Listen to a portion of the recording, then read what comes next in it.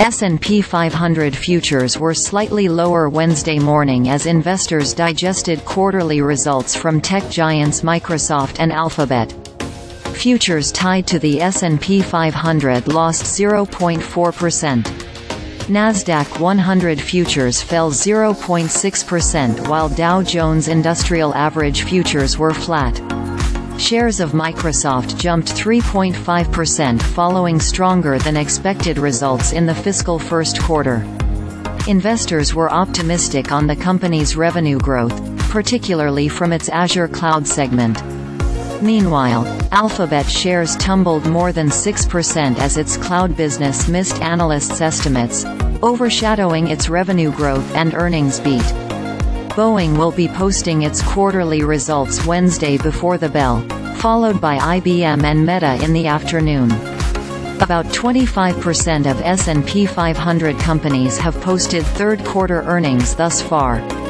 Of those companies, 78% have exceeded expectations. We're getting some mixed to positive results in aggregate from the earnings season. So, I think we can get back to this Goldilocks period, where we can dream that they're going to stop raising rates, and eventually there'll be accommodation. And in the interim, growth, Travariate Research founder and CEO Adam Parker said on CNBC's Closing Bell on Tuesday. I think we'll end up the year higher based on that. The major averages all notched gains in the main trading session on the back of several strong corporate earnings reports. The Dow added more than 200 points, or 0.6%, to break a four-day losing streak. The S&P 500 and Nasdaq Composite gained 0.7% and 0.9%, respectively. During a relatively quiet week for economic data, Wall Street will look toward September's building permits and new home sales numbers for insight into the housing market. Stock futures were under pressure in early trading as a more than 6% decline in Alphabet shares pressured the broader market. The tech giant's third-quarter earnings and revenue beat expectations. However, weakness in its cloud business sent the stock lower. Shares of semiconductor equipment firm Kokusai Electric surged on its debut on the Tokyo Stock Exchange on Wednesday.